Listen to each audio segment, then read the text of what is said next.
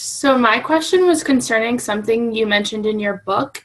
So in chapter 7, you mentioned that we must build what you call a populist narrative that basically encompasses the anger or frustration of the working people at how a majority or all of the economic power is in the hands of like a small group or an elite in the capitalist system. So what do you think is like the main obstacle that prohibits people from building or constructing this type of populist narrative?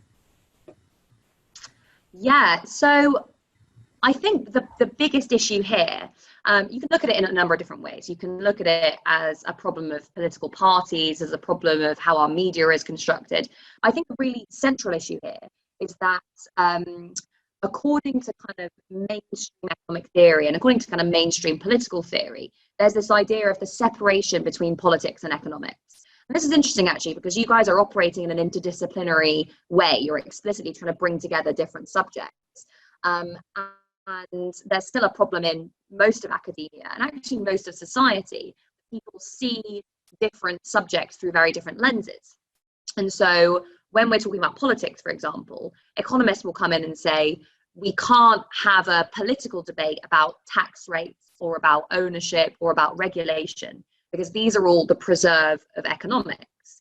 And we've built this model that shows the tax rate of 2% for corporations, say, is the most optimal tax rate that you can have, and that's going to maximize efficiency. So that's what we need to do. Don't let people decide, because they don't know what they're talking about, right?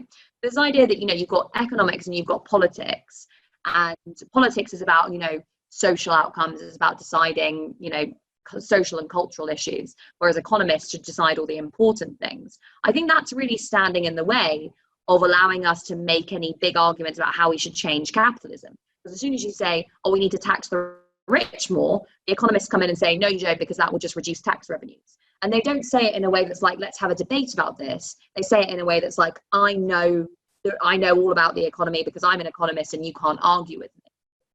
So I think really pushing back against that and say, no, actually, as people who work in the economy, consume in the economy, who pay taxes, we have a right to be able to debate regulation, tax, spending, all these different things. It shouldn't just be the preserve of a small number of very educated people who get to decide on behalf of everyone else. So I think pushing back against that separation between politics and economics is a really important place to start. Thank you.